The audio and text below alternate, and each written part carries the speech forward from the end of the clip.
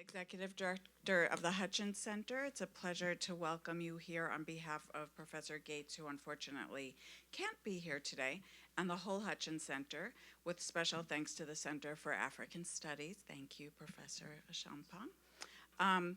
It's my pleasure to introduce, just very briefly, Professor Lewis Wilson from Smith College, who will be introducing his mentor.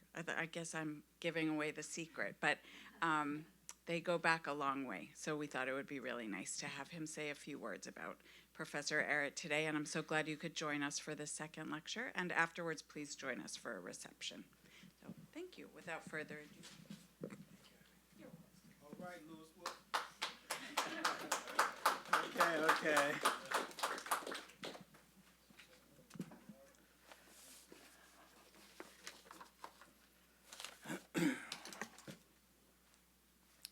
Well, this is really an honor for me to be here. Chris Ehret came to UCLA in '68, and I went to UCLA in 1970. So we have been friends, student-teacher relationship for a very long time. I am a professor of African history and African American history at Smith College. I've been at Smith College for 31 years. So it's a great honor for me to be here and to introduce Chris Ehret. I want to also thank the center here, particularly Professor Champagne, for inviting me and inviting Chris to be here. Ehret's research and teaching interests focus on African history and African historical linguistics, focusing on linguistics, taxonomy, and reconstruction with the archaeological records. His favorite book, or at least my favorite book, is his book in 1971, Southern Nilotic History. That was my favorite book, one of his first, if not his first book. And I brought it to remind him that he signed it in 1971. So we go all the way back. He has written a number of books, 8 to be exact, and of course a number of articles. His other book, African Classical Age, is also my second favorite book of his 8 books, because in that introduction and in terms of his gratitudes, he listed so many graduate students that I knew at UCLA. And I must say that my time at UCLA, from essentially 70 to 75, was an exquisite time. And it was a great time for the discovery of African history, too. So that was a very seminal time in this field, in this discipline. Now, Chris Ehret was not the only professor there, although he was my dissertation professor, and there are other great people who were at UCLA at that time. There was Marek Poznański, there was also Boniface Obucheri, there was Hilda Cooper, Leo Cooper. So it was a great time to be doing African history in that 1970s period. So now I'd like to introduce my friend and mentor, Chris Ehret.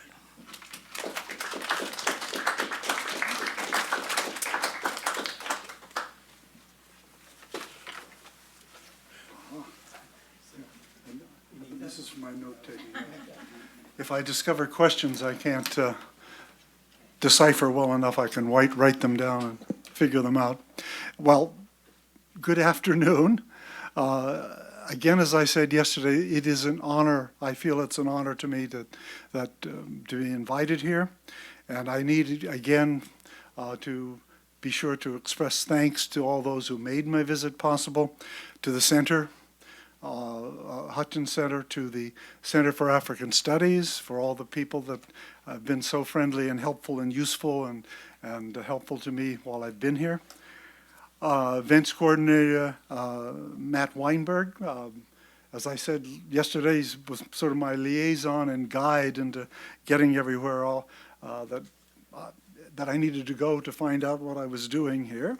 And to Professor Gates and to Abby Wolf, too, who above all are the people that were keep everything going and made it possible for this sort of world and to exist, and for this kind of a context to exist, and for me to be here. So thanks to all of you, and thanks for, well, it was a beautiful sunny day, not so rainy day, but I thank you anyway for coming out, even if you didn't have to struggle with the weather.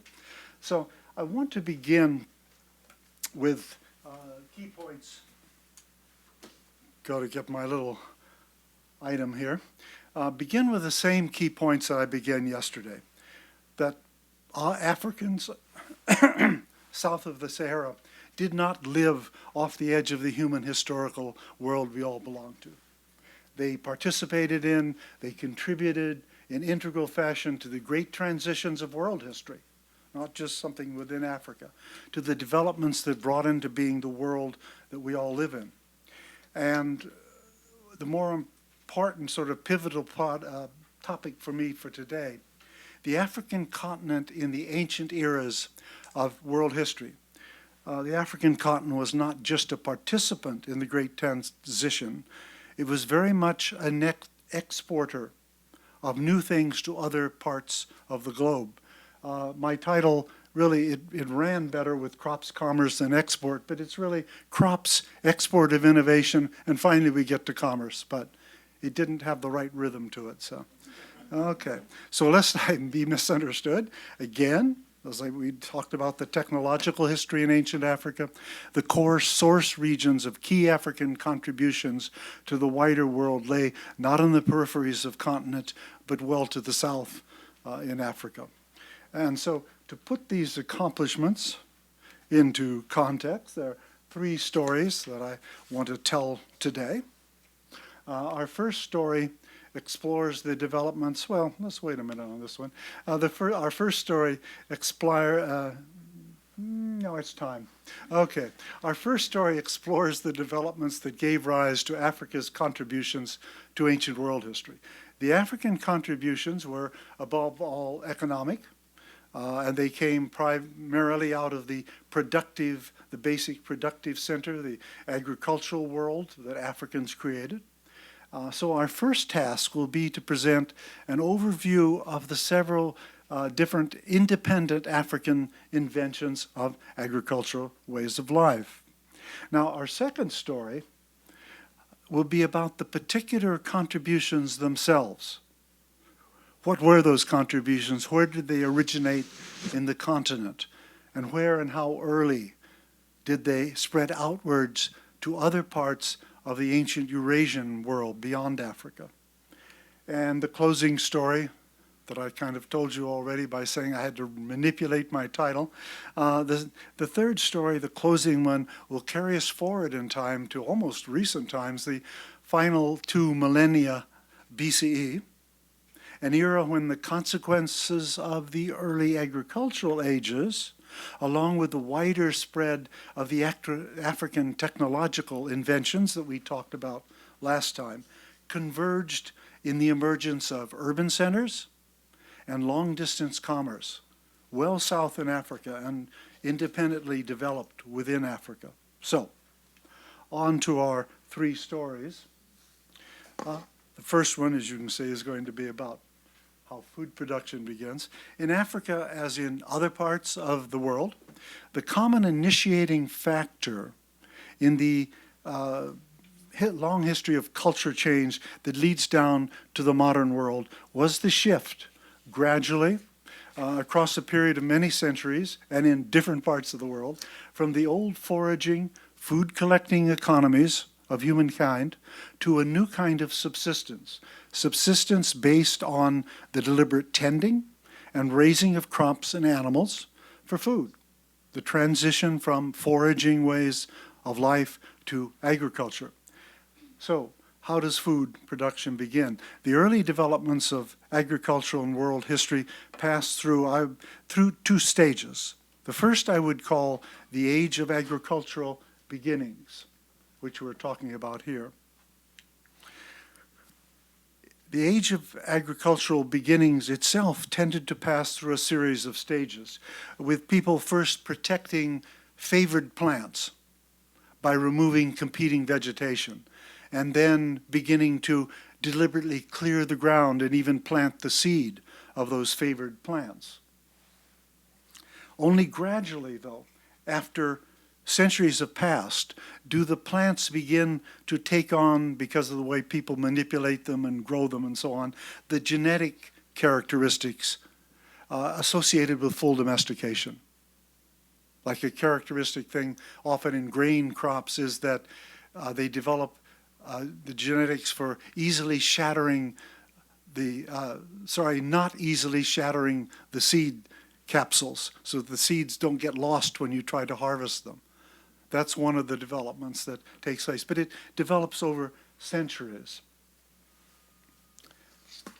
Similarly, the tending of domestic animals, the domestication of animals proceeds by stages.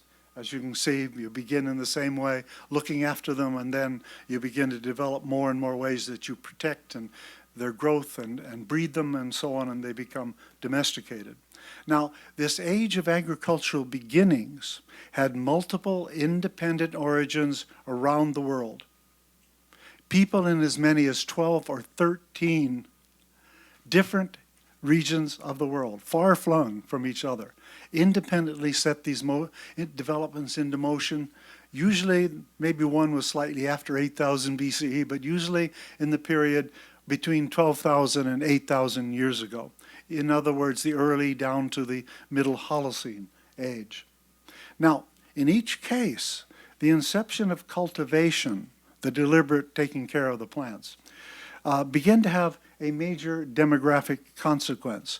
By deliberately cultivating particular plants as food sources, people could produce many more times the same amount of food in the same amount of land than by depending on here and there finding your wild plant. You grow it all together in a big close situation in a field, and you get much more. So a community could now cope better with growth of population. It could cope by simply bringing more land under cultivation. Hunter-gatherer societies, anciently, anthropologists have discovered, tended to follow practices that would space out births, most notably having very long weaning periods, so as to keep the population from growing too fast and causing difficulties to being able to get enough food in the land you lived in. But with growing reliance on crops, people no longer had the same kind of imperatives. They could start to not have to make sure they kept their population growth down. And so, in consequence, more and more, as societies more and more came to utilize cultivated foods for their sustenance, they began to grow in size. And as they grew in numbers, they began to expand successively outward from their origin areas, taking their agricultural practices into new lands. In the new areas, because of their larger community sizes and because of their density, a little bit larger size of their each particular residential unit, and their greater productivity of their subsistence, they soon began to outcompete the hunter-gatherers that were there ahead of them in these lands that they were moving outward into. And so their arrival displaced or marginalized those foraging societies over time, and led usually quite a few centuries later to the assimilation of the remnants of the foragers into the farming communities. For instance, in Western Europe, it was about a 1,000-year gap, and then the last foragers got brought into farming societies. Well, that's taking us far away to another part of the world. But, okay, now, so what happens? We then get to the age of agricultural exchange, and this is what I consider the second age of early agriculture. Crops and animals could now spread once people began to expand. Let's put this in the right order. As the earliest farming societies expanded farther and farther outward from their origin areas, their expansions eventually brought them into contact with people from other independent centers of agricultural invention. And so what would happen is these encounters led to the spread of crops and animals from one agricultural system to the other, allowing each society to develop a greater variety of crops and increase the productivity of their agricultural systems. So how did those two ages play out in Africa? Well, over the course of the Holocene age, and in fact over the course basically of the first half of the Holocene, Africa became home to three different regions of independent or largely independent invention of agricultural ways of life. One of the regions of invention lay in West Africa, with its formative developments taking place in the period from the 10th to the 6th millennium BCE. The builders of this tradition spoke languages of the Niger Congo language family. Far to the east, the farther eastern Saharan regions, not then desert because this was the era of greater rainfall in the Holocene era, this region, Eastern Sahara, formed a second seminal region of agricultural innovation. There were two different sets of peoples involved in these developments in this part of Africa. In areas immediately eastward of the Nile, the primary actors in this history spoke languages of the Nilo-Saharan language family. We've come across them before last time. East of the Nile, along the Red Sea hills and southward toward the north edge of the Ethiopian highlands, the people who shared in these developments spoke languages of the Cushitic branch of what we call the Afro-Asiatic language family, and I'll have more to say about that next time, about that family. Now, one small important digression, though. The word Cushitic, spelled with a C, has nothing to do with the ancient kingdom of Kush, spelled with a K. Historians and linguists unfortunately got stuck with this misleading name for this group of languages because of the mistaken notions of 19th century investigators, and this name got too deeply embedded in the literature to be got rid of easily, and so we've sort of given up and continue to use the name, but we very definitely say, no, this with a C, and it's not Kush with a K. Now, there are numerous societies who are speakers of Cushitic languages. Maybe the one that you'll most immediately and quickly recognize, you all know of the Somali, whose homeland in more recent ages has been around the northeastern corner of the Horn of Africa. And we have a significant Somali American population now. And of course, there's a very well-known congresswoman from Minnesota who's of this descent. And so, okay, we know of the Somali, and there's about 35 other Cushitic languages. So anyway, their territories cover a large part of the regions around the Horn of Africa. Now, the third invention of agriculture in Africa, the region of this invention lay in the farthest southwestern portions of the Ethiopian highlands, separated by the northern highlands from the other areas off in the Sahara. And the instigators of farming in this region spoke languages of an Afro-Asiatic family language, but of a different branch, not Cushitic, but the Omotic branch of the family. And the Omotic peoples created a rather different agriculture, with its staple crop being the inset plant. The important part that you eat of the plant, it looks like a banana, but that's not what you eat normally. You eat the bulb and the inner stalk, and that provides a carbohydrate base, the same as grains often provide in grain-based agricultures. This is the carbohydrate base. Well, that's a whole story of its own. We'd end up having to spend another 3 lectures so I could tell you adequately about each of these. But so for those interested, I put in the handout a bibliography, included in the bibliography, some articles, some publications relating to the historical evidence for each of the early agricultures. So let's look at what we can do, though, is maybe look for now at a compact version of just one of those histories. And we can use it to try to show two things. How we can use ancient word histories to serve as historical documents, and how we can use even our current rather uneven archaeological knowledge of Africa, with all its gaps. It still allows us to propose broad provisional timescales for the developments the particular ones I'm going to describe. Now, I brought to attention yesterday the second earliest invention of ceramic technology in all of world history, an invention that took place in Mali in the 10th millennium BCE.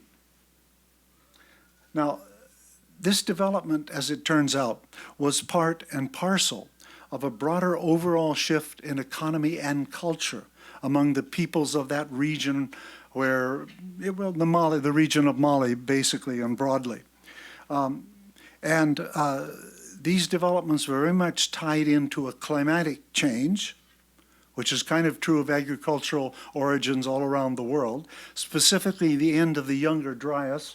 So I felt I needed to get that up here so you could actually see this very peculiar looking name. This is the name for the last phase of cold temperatures at the very end of the most recent ice age. And the way we're going now with the climate, we may not get another ice age in the history of our world. In any case, what happens is these developments take place right tail on the end of. In the African case, when the Younger Dryas period came to an end, just around 9700 BCE, rainfall increased all across Africa. And as that happened, well, not so much in southern Africa, but pretty much everywhere else. And as that happened, a rapid spread northward of grasslands took place in today's central Mali. And it spread northward, these grasslands, into what had been previously the southern fringes of an intensely dry, intensely arid Sahara. And as the people living in Mali at that time followed the northward expansion of grassland, they began to use this environment to create a new kind of subsistence economy. They began to collect wild grains as the new staples of their diet. And the archaeologists and archaeobotanists who investigated the sites of this cultural changeover have shown that these people, they're makers of the Unjugu culture, cooked their grains whole, and what allowed them to do so was what we talked about yesterday, their invention contemporaneously of ceramic technology. And with that technology, they fashioned the pots to cook their grain. And from the evidence we have, it appears they didn't make porridge, they didn't make bread. They cooked the grain as whole grain. So that was the way they prepared it. And I don't know how useful that is, but just one other useful bit of the information that is useful, all across the regions in which the earliest stages of divergence and expansion of the Niger-Congo language family took place during the early and middle Holocene, namely the savannas from Senegal and Mali eastward through Burkina Faso to the edges of Nigeria, the western edges of Nigeria. I should have given you Njugu culture where the location of the sites that we know of today, so there's that slide. In any case, they spread across these savannas. The archaeology across that region belongs to what has been called the West African microlithic tradition. Now, the toolkit of the Njugu culture of the innovators of Africa's earliest and the world's second earliest ceramic technology was the earliest version we know of the West African microlithic. Now, the earliest divergence, we can show a kind of thing here on the map, of the Niger-Congo family, the successive splits of the earliest branches in its history, all took place across pretty much exactly the region where we find the West African microlithic. Excuse me. And this is why we can move on to making this kind of connection between the two kinds of evidence. So here is the West African microlithic tradition, just a little selection of a few of the tools. You see here at the bottom, I wonder if this, no, it's not going to work on this particular system here, but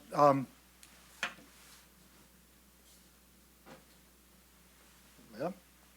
Oh, I was too efficient. I got my pointer together. Here's your real microliths down here, and you can see this is the centimeter length that they're showing. Like this is one's below, this is 2 centimeter distance, so you see the kind of size of those and why they're called microliths. Okay. Anyway, well, the earliest divergences took place right across the same kind of regions we find the West African microlithic. Here is the deepest branch in the family, the Mande branch.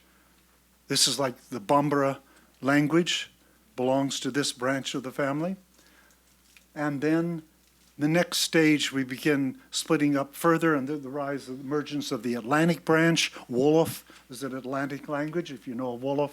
And then 3 successive divergences more, the 3rd, 4th, and 5th. Look how the clustering of all the early divergences are in the kind of area where we know the West African microlithic to have been, the early stages of it. Now, a new period of expansion of Niger Congo-speaking peoples began around the late 6th, early 5th millennium BCE. In that period, now here we have, this is the Volta Congo group in its origin area. In that period, the speakers of the ancestral language, the proto-language of a particular sub-branch of the Niger-Congo family, what we call, one of the branches of Volta, it's the South Volta group. These people opened up a new frontier, a new front of settlement. And here is where they spread into. They moved southward from the regions of open savanna where the earliest Niger-Congo expansion had taken place into rather different environments, much higher rainfall, high woodland savanna, and rainforest environments that extended from modern-day southern Cote d'Ivoire to southern Cameroon. So, second point to draw on all of this. We give a rough dating of the arrival to around 5000 BCE for a particular reason. The areas of the initial spread, and we can see on the map very much where it happened linguistically, where all the earliest branches of the South Volta Congo peoples are spread today. In those regions, these regions correlate pretty much exactly on the map with the areas of spread of cultures with a newly invented kind of tool, newly invented in Africa, similar tools invented elsewhere independently. It was a tool used, don't even want to see those, sorry. Got to watch out, my hands are doing their own things here. Anyway, a tool used for clearing woodland and for cultivation. And some later versions even it's used to slice into the ground to put yam cuttings in the ground. So it was a multi-purpose tool. Here you see the further distribution, which helps us to say, yeah, because when the Bantu group split off from the rest of the South Volta Congo speakers and began their expansions around 3000 BCE into the deep rainforest, equatorial rainforest, they took these tools with them, and that's what these arrows represent. So we have this extra confirmation that this kind of toolkit goes with the South Volta Congo peoples. Now, here you get a couple of the polished stone axes. The one on the right actually is an adze used more for carving and wood carving and so on. This is a rather well-worn, no longer polished stone axe on the left. And these come from, 5,000, 6,000-year-old sites in southern Nigeria. At least one of them did, and I think the other from Ghana, but I should check back on my sources where I got them each exactly from. Now, we can go on from here to something else. We can also use the family tree. Here's the descent tree of the Niger-Congo family. We can use that to track a different kind of evidence. The word evidence for a growing shift over several millennia to the cultivation of crops. A shift beginning to take place with the Unjugu culture in the 10th millennium. We can follow the changes down to the South Volta Congo peoples of the 5th and 4th millennia. So here we can begin to look at that. So currently, there is to Proto Niger Congo family, Niger Congo, the Proto language of the whole family. We can trace one particular key indicator of the use of grains as food. This is the ancient word for the grain species fonio. The double asterisk means I have a very, very tentative phonological reconstruction. But anyway, it's definitely reconstructible. And that word, this is a crop collected wild by people of the Unjugu culture. And it became in later millennia one of the earliest, maybe the earliest domesticated grain crop in West Africa. So here we have one of the indicators, yeah, we're going along with the wild grain collection. There is currently one verb we can track back to the same era. It's a word that nearly everywhere you find it, it directly refers to actions of cultivation. But there's enough exceptions that it looks like maybe it originally was a word for digging up, could even be a wild tuber to eat or something like that. Digging something up, not necessarily digging up a cultivated field. So there's enough doubt that it's not yet for sure a cultivating word.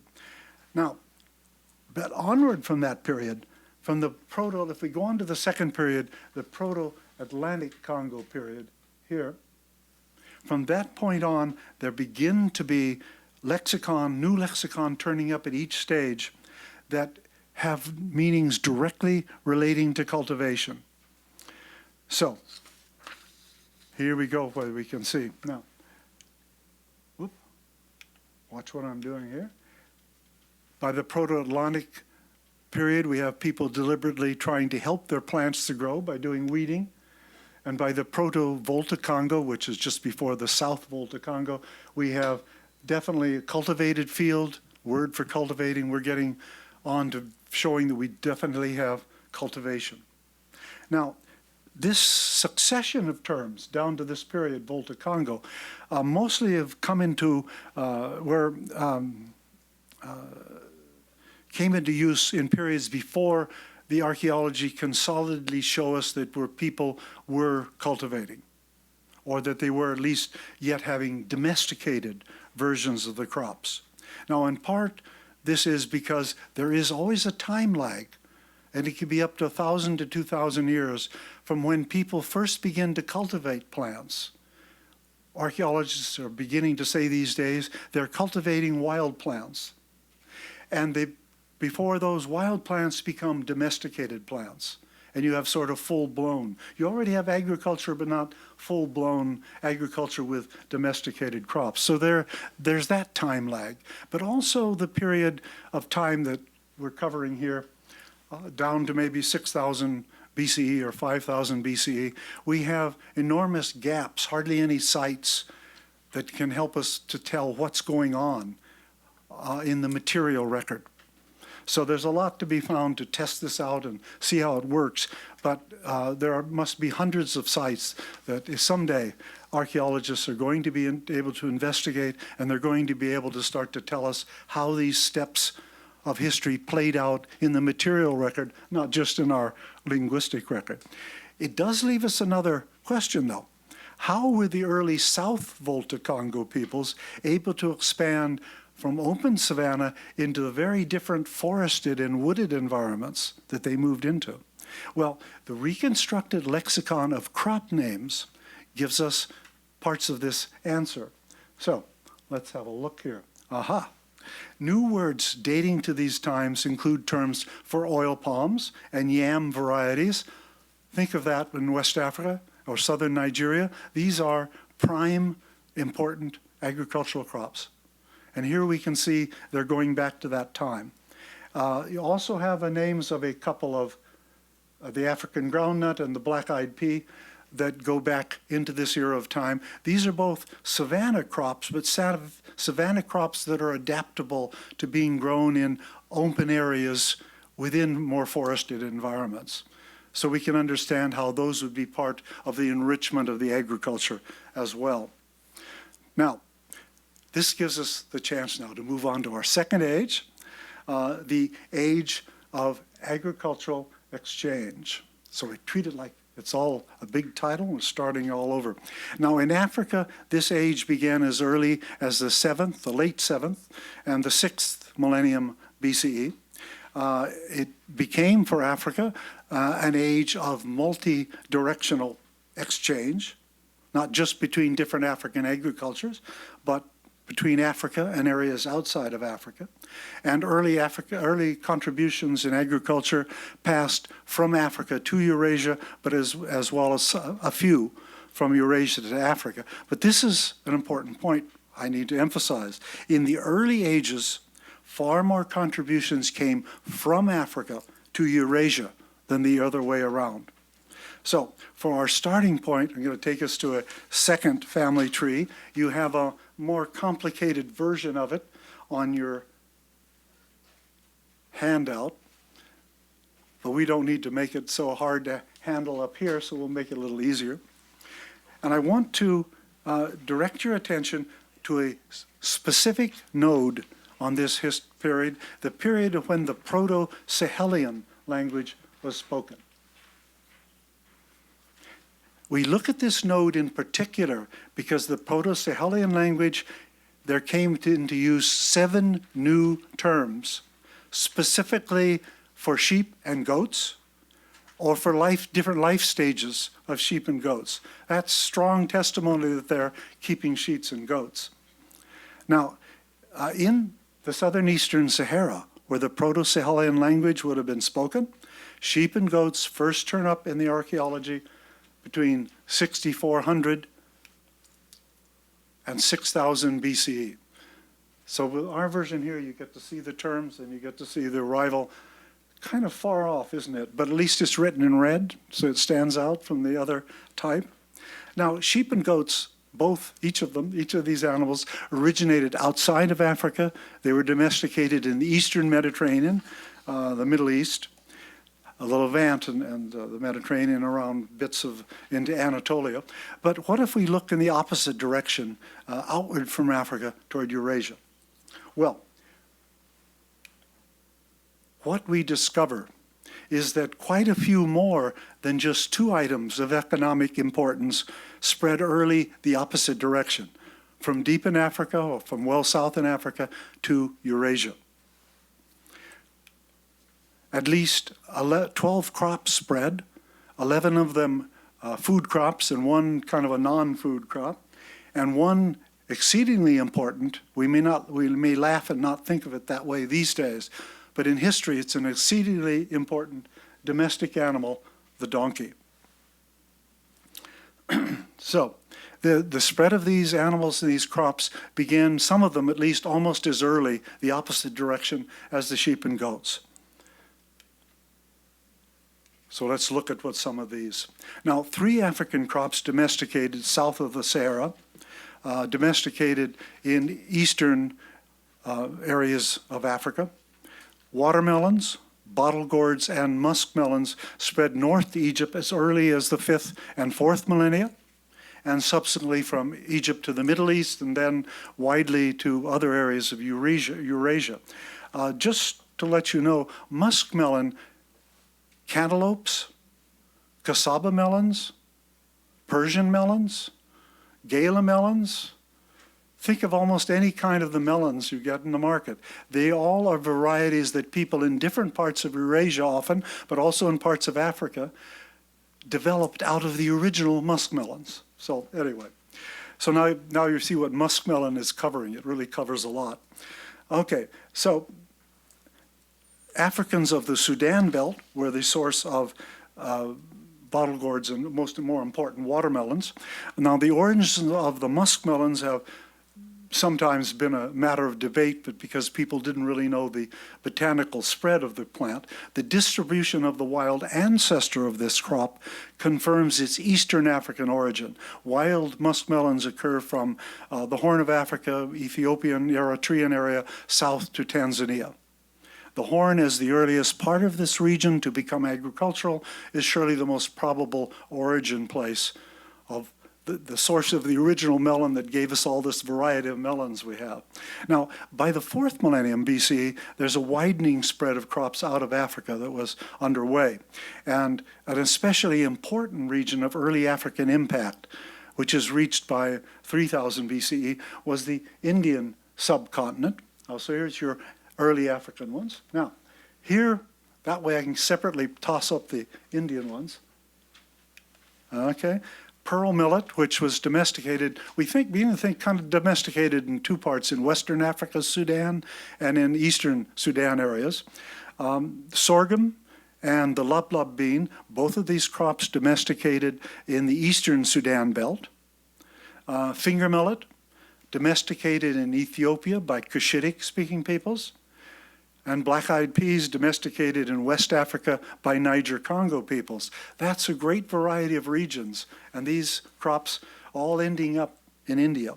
And sorghum spread still much farther, beyond India all the way to North China, where it became a key crop of early North Chinese, even lasting down to later times, of northern Chinese agriculture, one of the primary crops. Some historians think it may have arrived as early as 3000 BCE, but it certainly was well established in North China by 1000 BCE. The lablab bean also spread very far and wide, right across southern Asia to Vietnam and up northward into China. There were two further West African contributions to world agriculture that spread widely out of Africa and similarly early. One is a tuber crop, sometimes called the country potato. In some past writings, and I'd probably just tend to do this too, call it the coleus from its, did I put that up there? Yeah, I did, okay. Coleus from its scientific genus name. But anyway, it early spread to India and across southern Asia, and eventually reaching some parts of China. A second crop, the roselle, spread even more widely in the end. It's sort of a pan-tropical crop today. Its rather spicy leaves are typically used in sauces and soups. There's a few kinds of chutneys in certain parts of India that use it. It's gone as far clear across to Southeast Asia, so it's all across the belt. And of course, it's important all the way to the Caribbean these days. You have maybe indeed heard of hibiscus tea, and that's made from the sepals of the roselle fruit. So still another crop, not really something you eat happily, the castor oil plant, generally considered to be Horn of Africa origin, had already reached Egypt by the 4th millennium and soon spread much wider. You know, it's been used in medicines just for oil purposes and things like that, rather than exactly as a food, but it very early spread wide. And the African contributions in the age of agricultural exchange included, in addition, a fruit tree species, the tamarind. Notice how people think of it as Indian because the end of the name has India in it, but its origins appear to be really West Africa. And it did early take on importance in India, and it spread beyond there to the East Indies, to Indonesia, and so on. But not only plants, as I already mentioned, there's one especially important animal, the donkey, came to the rest of the world from Africa. The donkey was the first multiple-use beast of burden in world history, for carrying loads, for riding, and in the Middle East, for very early it's put to use pulling wheeled vehicles. I was very undry yesterday. It must be the rain went away or something. Okay, now here's an interesting image for you to look at. This is from the 4th millennium BCE. It is a Sumerian cylinder seal. By the way, this particular item is available for viewing sort of just down the road at the Museum of Fine Arts. I thought I'd choose this because it was one that if people want to go see it, they can go see it. There are several cylinder seals in the exhibit that shows this. Now, the description at the museum tells us, and you have to do a lot of sharp looking to eventually see this, that this seal from the 4th millennium depicts a team of asses. Here you see the heads of the asses with the bodies extending down here and legs down here. Anyway, it has a single driver. Oh, well, wait a minute, here's the chariot. Better mark that first. It's pulling a chariot with its single driver up here. Here, by the way, are the reins that go over to the donkeys, to their heads, to their necks. And you can also see, well, here, let's look at the wheels first, too. It's not a chariot as we think of it in later times. It has solid wheels, no spokes. The museum notes describe this as a war chariot. Considering the type of wheels, I rather wonder if we're not dealing with a prestige vehicle rather than a practical war weaponry. It's not able to move in the way that chariots 2,000 years later could move with their horse-drawn and with spoked wheels and so on. And finally, you might notice that there's another chariot behind. You can see the donkeys, the asses' heads there, and over here, the driver of a chariot that's in front of the chariot. So, anyway, where did the domestication of donkeys take place? Well, the evidence places the origins, the genetics of the donkeys, places its origin among the regions of the Red Sea Hills and the joining regions at the very north of the Horn of Africa, sort of like in the edges of the country today of modern Somaliland, which is a successful part of Somalia, by the way, these days, that northern area. So there up into the Red Sea Hills where you find the Beja peoples today. And this is all area where people would have spoken Cushitic languages. And you can reconstruct back in the ancient Cushitic language. You can reconstruct a couple of words. And the one that specifically always refers to the domestic donkey projects back to a period probably 5,000, possibly even a few more years ago. So that's indirect, and it's not the evidence in the same way as the archaeology would help us to do it. Now, from the peoples of the Red Sea Hill regions, the domestic donkey spread northward to Egypt and on to the Middle East. And with the arrival of donkeys in the cities of ancient Mesopotamia and the Levant, already no later than the 4th millennium BCE, they had acquired a new and valued means for carrying goods over long distances. And they now had an animal that could pull vehicles faster than an ox could. Not as fast maybe as a team of horses, but could move much quicker. And by some time in the 4th millennium, also the knowledge and use of donkeys has spread still farther north, all the way around the Black Sea to the early Indo-European peoples living on the Pontic and Capsian steppes. That's to take us to current events, Ukraine, anyway. Well, actually the Volga parts of Russia too. Now we know this both from the archaeology and from the presence of a word for donkey in the Proto-Indo-European language. And in fact, our word ass for a donkey comes from that word. So it's lasted for a long time. Now, what I would argue is that the donkey, as the earliest animal to carry goods, trade goods over distance, and to pull vehicles at a relative, at least somewhat faster rate than dragging along slowly, they provided the model and the impetus for the domestication subsequently of the indigenous Middle Eastern animal, the camel, and for its use both for riding and short and long distance transport. And I think we need to consider the possibility that donkeys may also have been the model for the shift among early Indo-European peoples to the use of horses for riding and for pulling vehicles, and no longer just as meat animals. So, overall, the age of agricultural exchange in Africa, 7th through the 4th millennium BCE, Africa was not only not some passive recipient part of the world, it was a net contributor. Two notable animals, goats and sheep, did spread from the Levant in the late 7th millennium. And wheat and barley and chickpeas and a couple other crops reached Egypt and subsequently spread down to the Ethiopian highlands, where there is a region with a climate suitable, but they didn't spread farther into Africa. In contrast, at least 13 items, 11 different food crops, along with the castor oil plant, plus an animal of world historical importance, the donkey, spread the opposite direction from deep Africa, often far across Eurasia, and sometimes this spread beginning well before 3000 BCE. And as we saw, these contributions came from several different African regions of agricultural origination. Now, so that was, finally, we look back at our title. Our last word should have been the word commerce. So now we will go on to our closing topic for today, the emergence of long-distance relations of commerce and commercial exchange, and conjoined with that, the rise of towns and cities.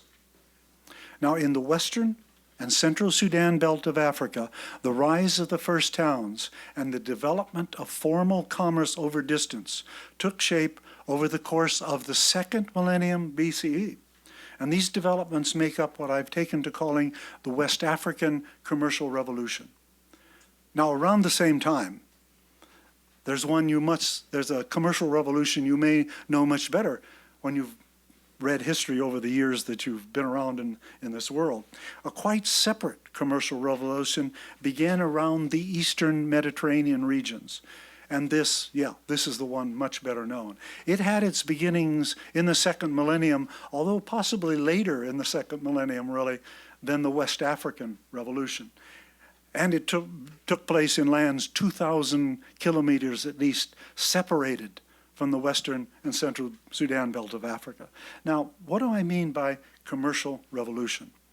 The key feature of the West African commercial revolution, in my mind, was the emergence of a new class of society, professional merchants, people who became professional facilitators and organizers of commerce, and in particular of long-distance commerce.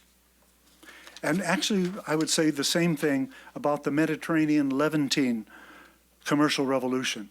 It was there also that this new economic class emerged of professional merchants. They increasingly, by the late 2nd millennium BCE, and definitely becoming more important in the early 1st millennium BCE, they became the primary agents of trade. They replaced an earlier reliance for long-distance trade on the agents of kings. Think of Harkuf going up the Nile, or Hatshepsut sending ships to Punt. These were agents of kings. And also in the Mesopotamia, it'd be agents of temple priesthoods.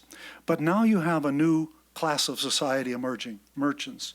And along with these new economic relations of trade, a new kind of town rises to importance in both regions. In the Middle East, there had previously been towns, although primarily organized Mesopotamia around temple centers or as capital centers, as governing centers of kingdoms. In the African belt, in contrast, it's really the period of the first emergence of what we can call full-blown towns and cities. But in both cases, the new kind of town functioned as a production center of goods destined for commerce, for the market, or the town arose as a trading center located at the crossroads of commercial routes of trade, or both, very often both. So we have the commercial revolution amounting to a new class of society appearing and a new kind of economic relation, a new town with a new kind of economic relation to the world around it. The West African commercial revolution, underway in the western and central Sudan belt of Africa in the 2nd and 1st millennia BCE, not only began independently of the development in the Mediterranean regions, but there are things that indicated we could probably say it began a bit earlier in time. So, three centers of production of goods for trade emerged in the Western Sudan, Western and Central Sudan belt of Africa by no later than the early middle of the second millennium BC. And it was the linking up of the production of these regions in the later second millennium that progressively brought into being the West African commercial revolution. The best studied center of the new kinds of production was the Tishit region, located in today's southern Mauritania, close to the border of Mali, today's Mali, of course, and 500 kilometers, about 450, 500 kilometers northwest of a second place we're going to talk about in a minute, the inland delta of the Niger River. In the Tishit region, between 1800 and 1200 BCE, there arose a string of towns, with one town larger than the rest toward the middle. Skilled artisans in each town engaged in the manufacture of products for trade, with the different towns tending to specialize in different particular items, arrowheads and archery materials in one town, grindstones in another, carnelian beads in another, and so forth. And these towns appear to have traded not just with each other, but often with other regions that could be several or even quite a few hundred kilometers away from them. Now, just to give you an idea of the scale of these developments, and I hope give you an image that will make you stop up short for a minute here.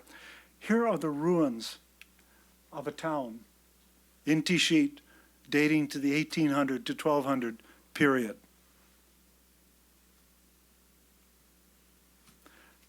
A second seminal region of the West African commercial revolution comprised areas both in and all around the inland delta of the Niger. The inland delta has been, for centuries, a region of highly contrasting environments of subsistence production. So right along the bayous of the delta lived people who fished, professionally fished. That was what they did, and they'd trade their fish to other people. In the dry land areas between the bayous, people, not so dry land, they were kind of soggy, but anyway, people who specialized and were probably the domesticators, specialized in the raising, cultivating of African rice. And then finally, all around the delta, you had communities that carried on a range of dry farming, growing different African grain crops, black-eyed peas, various things, grains other than rice, pearl millet, fonio, and by this time sorghum had reached Western Africa too, from the eastern Sudan. And also many of these people engaged in livestock raising. The archaeologist Rod McIntosh, I believe I put him there in your bibliography, has shown that there was a multi-directional exchange of subsistent products among the different specialist communities, as well as between them and the farming populations all around. And that this goes well back into the past. He argues to well before even the second millennium BCE. So at least on a local scale, there was a lot of interchange and trade going on in this region. Now, a third contributing region to the West African commercial revolution was the Highear Mountains, located at the southernmost edge of the Sahara, extending kind of into the steppe and a dry savanna, 800 kilometers east of the inland delta of the Niger in the modern-day country of Niger. Between about 2500 and 1500 BCE, the inhabitants of this region experimented with the smelting of copper ores. And they finally brought into existence, there's a lot of evidence of kind of furnaces that didn't work so well and things like that. Augustin Hole, the archaeologist, has very neatly set out the evidence on this. They finally, by around 1500 BCE, though, brought into fully operational existence copper smelting that was highly productive and effective. And with that development, the Highear region became the supplier of, and the exporter, let us say, of copper far and wide across the central as well as the western Sudan belt.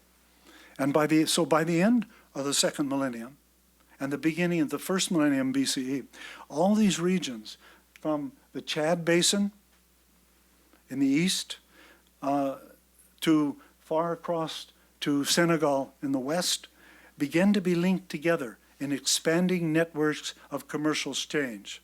Across the Sahel, especially in Senegal and Mali and some adjoining regions, a new kind of town arose.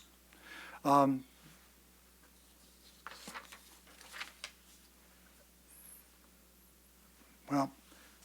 I'm afraid my little pointer went away, so we'll just have to use my finger.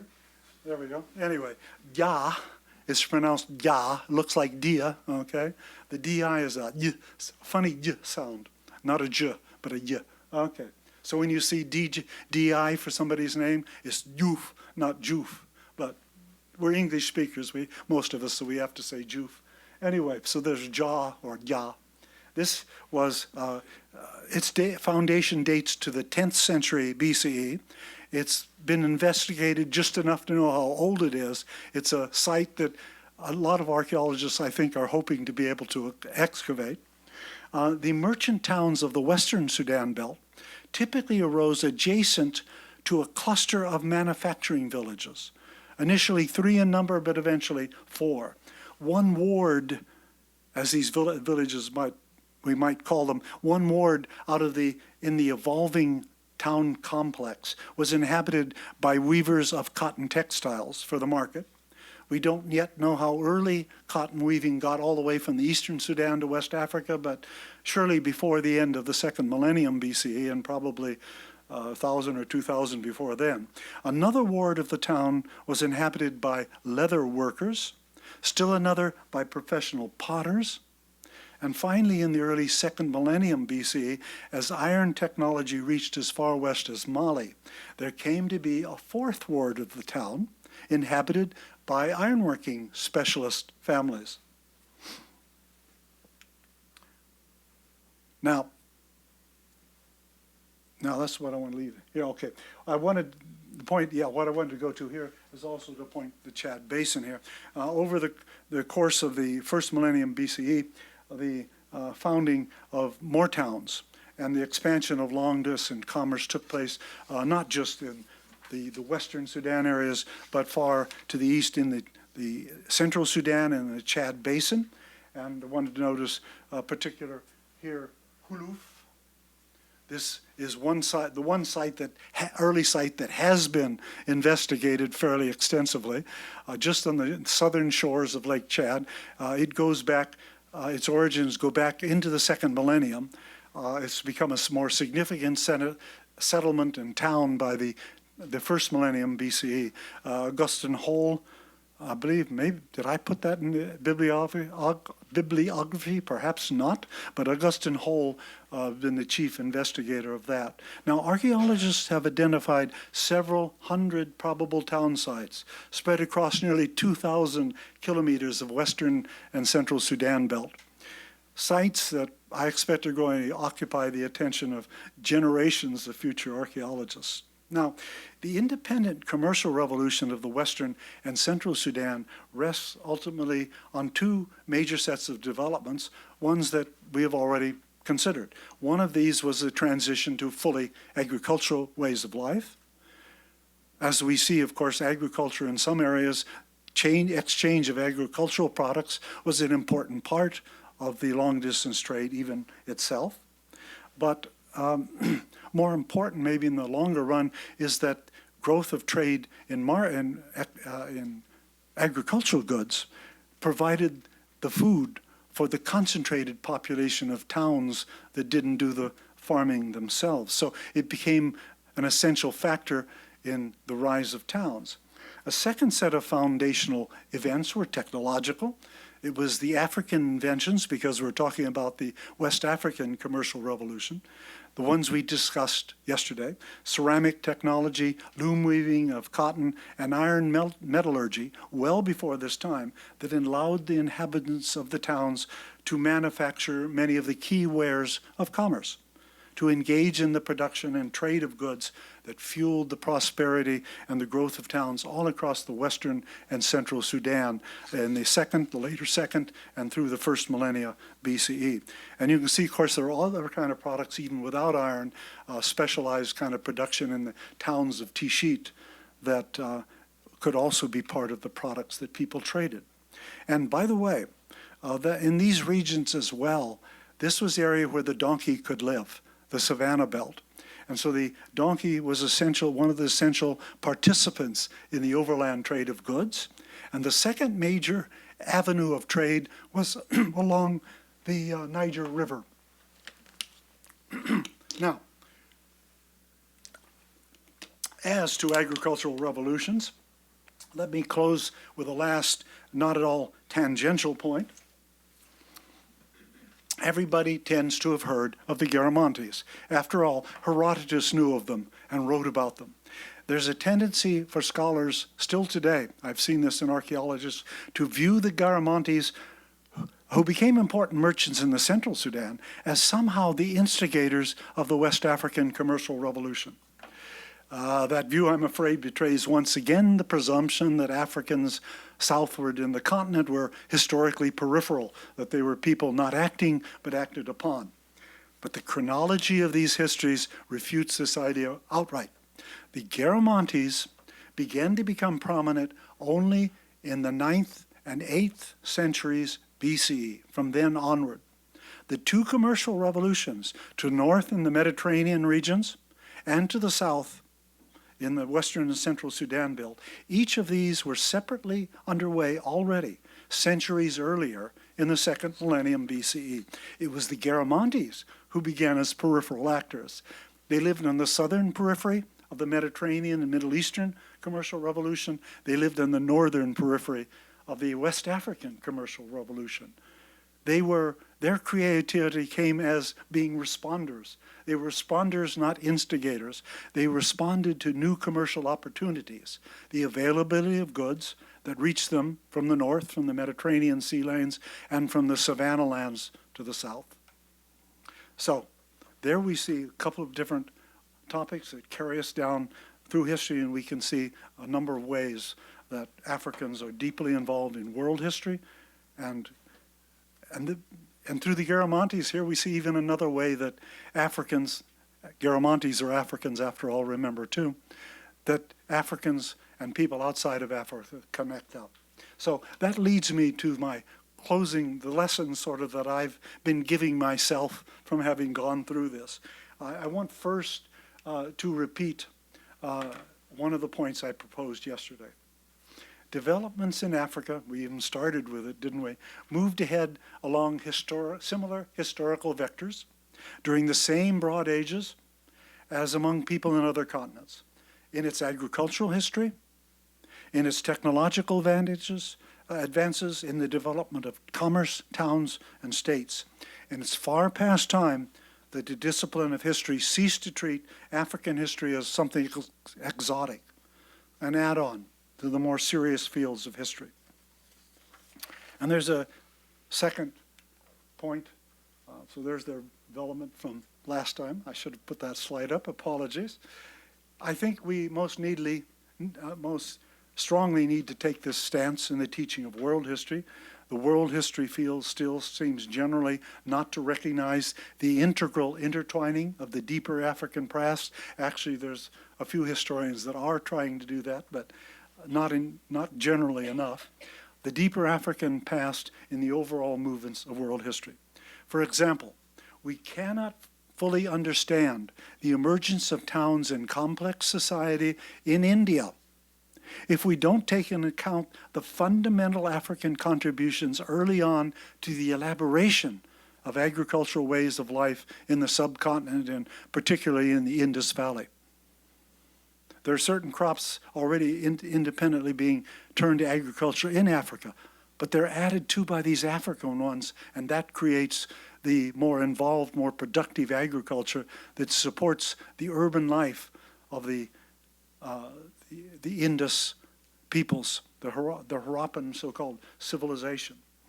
And Africans were the domesticators of the donkey, an animal that became a prime stimulus, in my view, to change with fundamental impact on early trade history across large parts of Eurasia and also on the Sudanic belt of Africa. Domestication with seminal impact, I would argue, on the global history of animal transport and wheeled transport, serving as a model for camel domestication and very possibly for the use of horses for riding and the use of both horses, well, at least of horses for vehicle transport. And finally, of course, back to something I've already gone through before, until we begin to properly include Africa in the history you teach everybody from earliest school years, we're not going to fully dispel the presumptions that still linger almost everywhere, even among those of us who fight against and abhor racism. Presumptions rooted, even if we don't realize it, in the ideas used by such nasty people as the Confederate States to justify slavery, or maybe it's somewhat less nasty, I don't know, no, the colonial conquest of Africa. There's these superior white people bringing the blessings of civilization to those poor, benighted, backward Africans. Wow, that certainly wasn't the case. Anyway, this is a mode of thinking we need continually to confront, I think, and sooner rather than later, finally eradicate from our own cultural habits and thinking. So, thank you.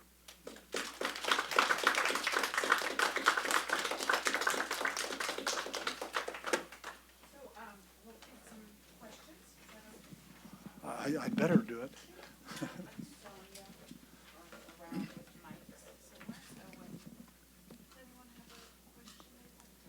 I see a man with a mic, so yes, back there. Ah, even another person with a mic. Excellent, thank you. Thank you very much for another very stimulating lecture. I'm afraid that my question is a little naive, and I hesitate even to ask, but I will. You've given us the results of your research, but I would really like to know what artifacts you were reading to come to your conclusions about what happened. Well, you've told us about the historical developments of 10,000 years ago. And as I say, it's a really naive question, but I'm wondering what artifacts or what evidence you were reading to reach the conclusions that you did. Yeah. Well, tell me which particular things, because each one has different things. Okay. The case of this kind of taking that. Yeah, maybe I can make the question a little clearer by adding the dimension of social relations. I missed people in your presentation. I wonder who is doing this with whom and how do you know? It's for my state of ignorance, the period in question is nebulous. Yeah. Well, I could take as an Into the example, microphone. I could take as an example a T-sheet. Would that be something? We have investigations, more than one person has gone through this work, and so we have a lot of evidence. And what you can see by the cluster of what's there in different towns and where you locate the evidence of where kind of a workshop was and so on the ground when you map it out, you can see the different towns are producing different things. Some of the ways you know that you're getting distance is that then a few items from one, if the people have items in the other, it'll be things around, scattered around where houses are rather than you'll find them in the remnants of a workshop or whatever. Then you also have the cases, if you're going to make carnelian beads in the jewelry, wait a minute, the carnelian beads are 300 kilometers away in the Sahara, so you know they were trading with people to get those. Then there are also evidence of at least some of the domestic animals are coming from areas that are Zanaga, Amazigh, Zanaga Berber areas, so that we can see there's connections with some input of domestic animals coming from that. So they must, we don't have the goods going the other way, but they must be in order to get the trade for the animals. So there's a lot of things you can look at that way. And that's, by the way, there are other sites too. There's another area, Nima, just off to the east of the T-sheet that people are just beginning to explore, that appears to be another place like T-sheet, maybe without as much building, but also engaged in trade. So there's apparently a long belt along the edges of the Sahara, and it does look as if north to south, different kinds of environments were involved in making these places early important. And then technology comes in with iron or with... Now, by the way, on the cotton weaving, we have a severe problem. In the West African cotton regions that would, like the weaving regions of the Sudan belt, in the West, they made wooden spindle whorls. Oh, if they made ceramic, we'd be able to track how much earlier they were there. But, you know, how often are the wooden ones still around to find? So there are problems like that with the evidence as well. But by 1,000, yeah, we can see how these villages are, there are people that are doing weaving and so on. So.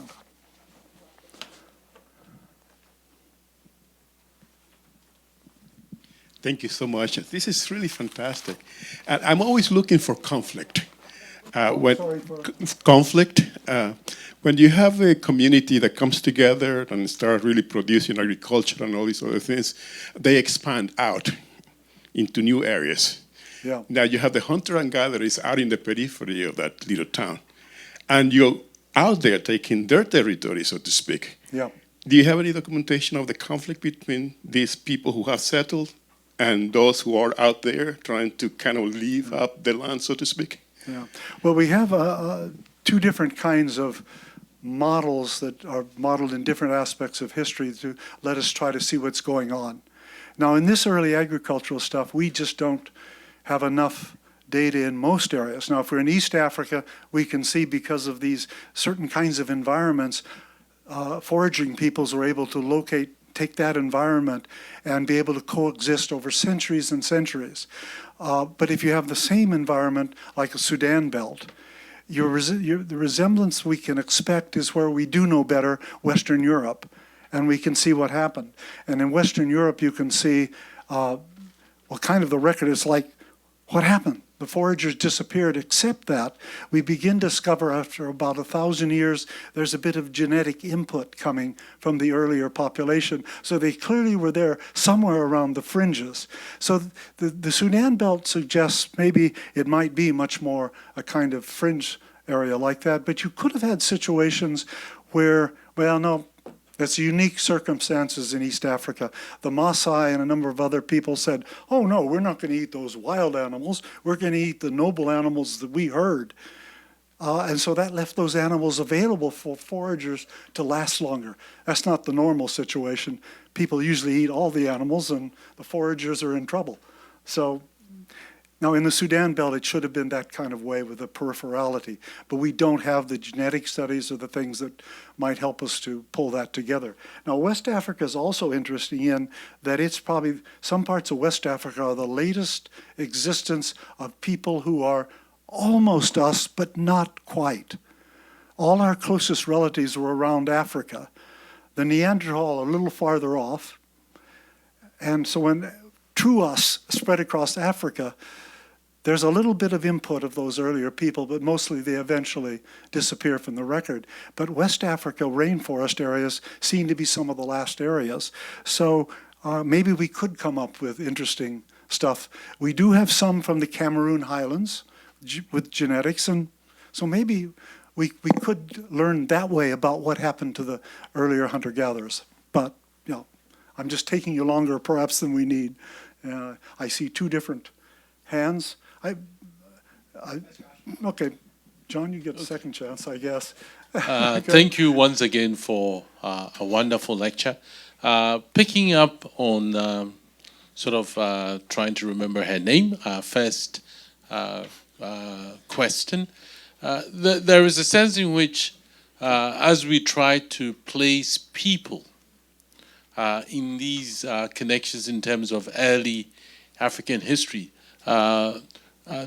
trade goods out of place becomes one of the important things, sometimes in the archaeological record, and you see things from 200 miles away, and you know, okay, people are trading, people are connecting. Mm-hmm. For this area that you look at, our earliest textual evidence begins with Arabic sources. Mm-hmm. Then we begin to kind of flesh out what we know of the Western Sudan in some more detail. Sometimes one of the complications is that we have places where we have archaeological evidence, and then we have places where there's also subsequent human settlements, but we are not sure how to connect what we see from the archaeological record with subsequent settlements and whether they are culturally connected. Mm-hmm. And I was wondering whether perhaps taking the area around maybe Tishit, there's Takru, and then later there would be the Soninke and Ghana. A little bit on the same tangent, there will be Odagos that became important.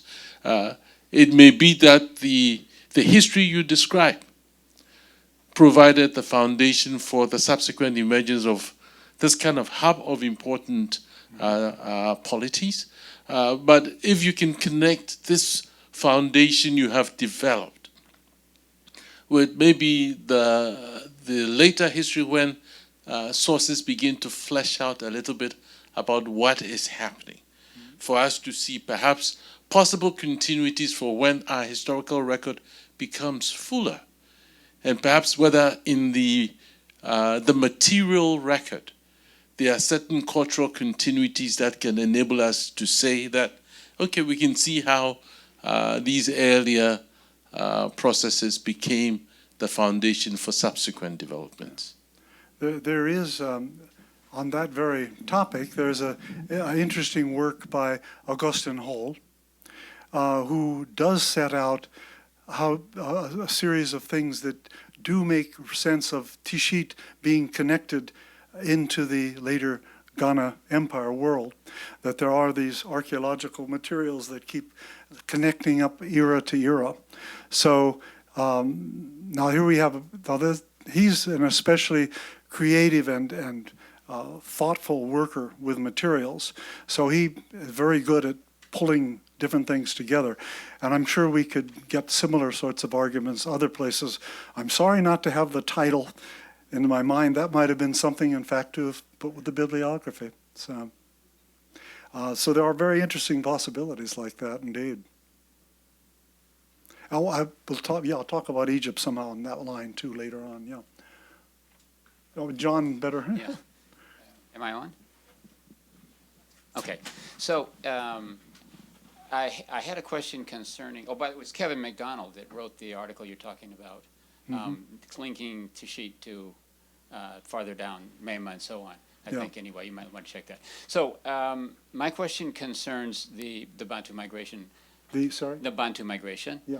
And one of the things that's interesting is that the region of West Central Africa has ample evidence of late Stone Age people living there, but the genetic evidence from West Central Africa has not shown any survival of them in the genes of the people, as far as we know right now, people living in Angola and so on.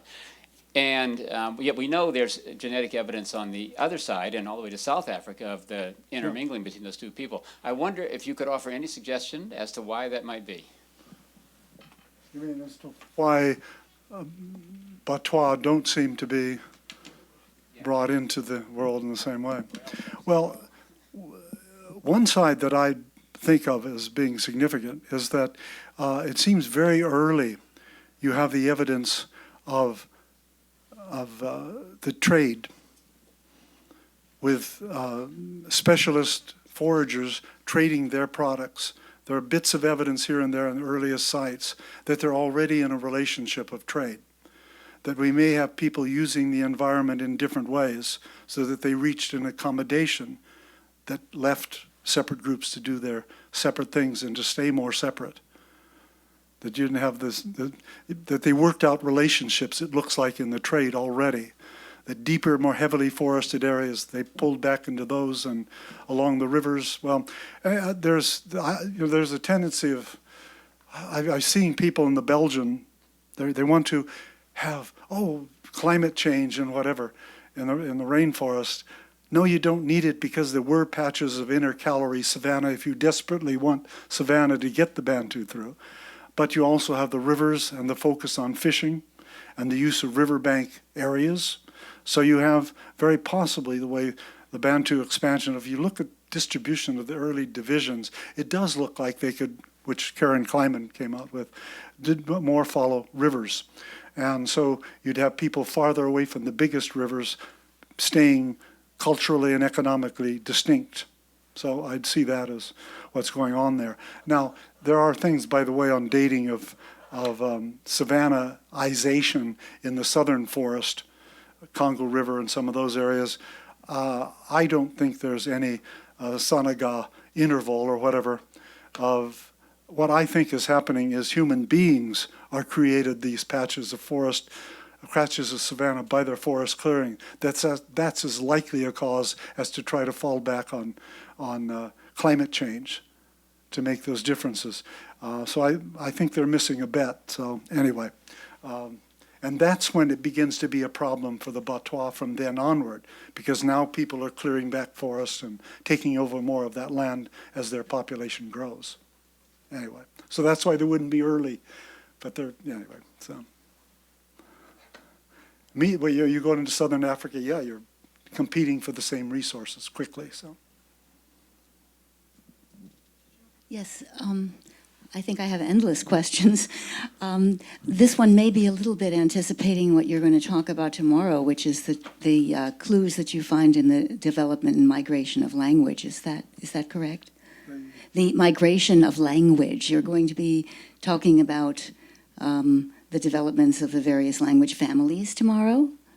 Well, there are going to be things involving the spreading out of the speakers of Afroasiatic languages who then have a cultural impact. I think in each of these histories it ends up being cultural merger, but nevertheless with the key ideas being brought by spread of Afroasiatic speakers. Mm-hmm. But secondly, there's also a history we'll talk about of cultural convergence across a whole huge culture area where people all, even with different backgrounds, are becoming more and more alike culturally over a 2,000-year period. Yeah. And the archaeologists now have this pretty well pinned down, so mm-hmm. That's nice. Then my question may make a little bit more sense with that explanation. Since most of what you've told us till now has been pre-verbal, there hasn't been evidence in writing or in recorded speech or interpretation of artifacts. Very empirical, of course. But then we have myth and legend. And I've recently been using the idea of euhemerism, I think that's the word, which means the roots of truth in myth. And I wonder if you take the myths that you encounter along the way and test them to see if they have any roots in historical reality. Yeah. There's an interesting book by Michael, why am I blanking? Anyway. About world mythologies and how they group. So anyway, that's grouping the deep themes, the recurring themes, not more specific things that might link up people. I think within the Afroasiatic speaking peoples, we might have some possibilities. There are, I just didn't have time, so I was going to leave it out, but if you get back to the Proto Afroasiatic speakers, the probability is that they were henotheistic. That is, they had a god for each community, had their own, there are a bunch of gods, but my God is the God that I have to follow. It's my community. And one can understand the gods of the separate nomes of Egypt as that. And of course, Yahweh and the Moabite god and all of these were gods of those communities. And this same kind of religion exists in some of the southern, down to the 20th century, in some of the southern Omatic peoples in southern Ethiopia. So they're liable to be kind of themes that will come up that connect with that way of looking at your society versus your deity. So I'm thinking, well, that might be a group of people to see if some kind of really interesting themes keep recurring across a long period. Anyway. Yeah, thank you. We have time for one more question. Thank you. I guess I was just really interested in your tracking of languages. My ears are going, so I have to... Okay, yeah. Is this loud enough? This feels very loud, but... Okay, can you hear me now? Oh, beautiful. Okay, this feels so loud to me. Okay. Well, I guess in the tracking of languages, I was really interested in that. And you were talking about kind of as people spread out, languages slowly, like, they branch off, and then you gave us, like, that really cool looking diagram where it kind of all goes out. And then you talked about the trading between different groups in the Sudan Belt. And I was wondering how the trade between these groups kind of complicates trying to trace things back, as groups that may have ended up like creating different words for things then like end up sharing words through trade. And kind of like how you're able to work out what words people share through like a shared ancestor, and then what words people share because of trade. Yeah. Well, that gives me a chance to say, I wish you would all read my book, History and the Testimony of Language. Anyway, because I think there's an introductory chapter on how the method works that is probably mostly understandable. I tried to make it for all of us. There is one specific thing about language that is regular. Sound change occurs regularly.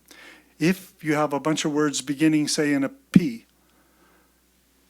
if you change even one of those, that P becomes an F, all the P's are going to become an F. So therefore, if you have pater in Latin, you're going to have father in English. And if you have pisces, you're going to have fish. And anyway, you can go on and on with that. But that happens for each of the consonants and each of the vowels. They follow regular sound changes. It's perhaps a necessity for maintaining intelligibility over the generations that our minds need to do this. And there will be a few irregular changes that people get away with, but nearly every word will be fit. So when we look at a word in different language of a family, we say, do they show regular sound correspondence throughout the word? If they do, then the chances, if they were borrowed from one language to the other, it had to be when they were still dialects of the same language long, long ago, because after that, there would be sound changes, and it would show up. And we'd say, oh, yes, it has the F when this one has a P, perfect, and it has an L when this one has an R. And anyway, so this allows you to tell whether a word is ancient in a family or has been borrowed from another source. So this is what you can do with trade language or words for trade goods. If they're older, they're going to show all the regular correspondences. But if they've been borrowed, you can often track the changes and say, oh, yes, the word for cowrie in a whole bunch of Nigeria and some other areas, wuri, or something like this, depending on the language. Oh, it has just the sound changes that Kanuri makes in the ancient Nilo-Saharan word for a shell of any kind. That's how it comes out pronounced in Kanuri. And then it becomes a cowrie shell for everybody all around. So we can see cowrie shells, we can say, oh, they came through the middle of the Sahara, and we kind of knew that from other sources anyway. And then they radiate outward from the Kanem Empire to other people. So yeah, the little things like that that help you track the history of the item, because the word you can track, its history. And that's what we can do with those sheep and goat terms too in Nilo-Saharan, so yeah. That was a great question to end with, because I think it makes we want to come back tomorrow to hear more. Tomorrow we'll be back at the Barker Center. So thank you to African Studies for hosting us now, but we'll be back home tomorrow. And please join us for a reception now. But first, let's thank Professor Ehret for another fantastic lecture. Thank you. Thank you.